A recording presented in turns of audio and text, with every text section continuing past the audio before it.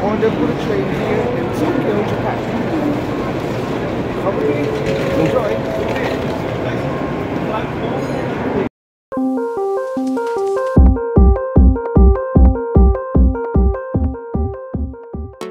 Excited na nga ako sumakay sa isa sa pinakamabilis na tren sa buong mundo. Yan ang bullet train ng Japan. Ang destination natin ngayon, from Tokyo, pupunta tayo ng Osaka. At gamit ang bullet train, magtatagal lamang ang biyahe natin ng 2 hours and 27 minutes. Napakabilis, di ba? Dahil aabutin ka lang naman ng 6 to 8 hours na biyahe kung gagamit ka ng ibang transportation. Nagkakahalaga ang one-way ticket mula sa Tokyo papunta sa Shin Osaka Station na 99 euros and 76 cents or 5,985 pesos. May kamahalan pero to save time, ito ang best option mo. Dito na nga tayo sa Tokaido Sanyo Kyosho Line ng Shinkansen. Siyempre, nag-advance booking na tayo via Klook para hassle-free ang travel natin. Sa pag-book ng bullet train, may dalawang options, ang Hikari 637 at Nozomi 217. Kung gusto mo na mas mabilis na travel, Nozomi ang iyong pipiliin. Tapos mo exchange ang QR code mo to a physical ticket, kinakailangang ipasok sa machine ang dalawang ticket na nabigay sa iyo. Time ang pagdating at pag-alis ng mga trends dito, kaya ugaliing maging maaga para hindi maiwan ang iyong tren. Hindi ka naman basta-basta maliligaw dahil nakapaskil naman dito ang tren na iyong sasakyan at kung saan track number ito hihinto. In my case, ang Nozomi 217 ay bababa sa track number 18. Sa pagbili ng ticket sa Klook, may dalawa ring option, ang reserve at non-reserve seats. Almost 1,000 Japanese yen or 5 euros ang extra payment para sa reserve seats. Maliban pa dito ang green car o ang first class train reservation na mas mahal ng almost 5,000 Japanese yen.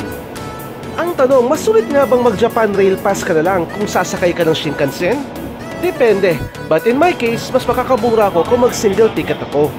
Ang JR Pass ay nagkakahalaga ng 29,650 yen for 7 days na para sa multiple intercity trips. Ang Shinkansen o ang bullet train ng Japan ay tumatakbo sa bilis ng 320 km per hour. Makikita mo sa iyong ticket ang iyong destination, train number, car seat at ang oras ng pagdating ng tren at pagdating sa iyong chosen destination. Maliban sa bilis ng Shinkansen, kilala ito bilang punctual dahil most trains departs on time to the second. Napaka-komportable din dahil maliban sa spacious ito, napakatahimik din. Hindi mo alintana na tumatakbo pala ang tren ng ganong kabilis. Paparating na ang tren na aking sasakyan at excited na ako bilang first time kong makaka-experience nito.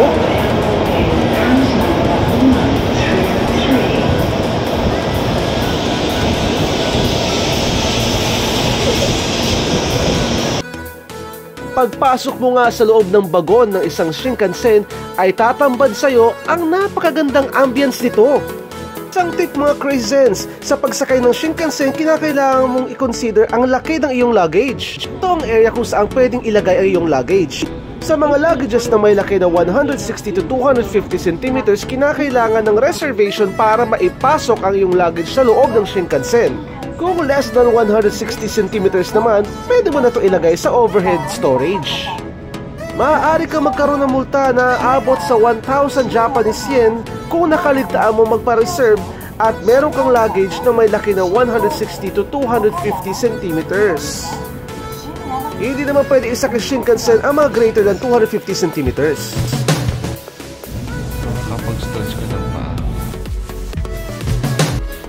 Sa loob ng almost 3 hours at makaramdam ka ng tawag ng kalikasan, huwag mag-alala dahil meron ding CR or toilet ang mga Shinkansen.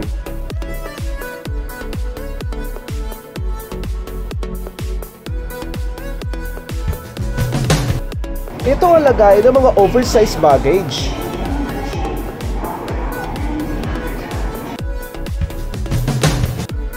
Hay, napaka-relaxing talaga ng feeling. Maaari ka rin kumain sa loob ng tren na ito. Pero ako, matutulog muna. At after 2 hours and 27 minutes, touchdown Osaka na nga tayo. Panibago adventure na naman ito pagbaba natin ng Shin Osaka Station.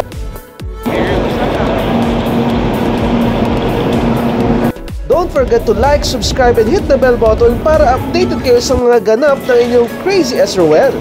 Until next time, don't just be crazy as Ruel!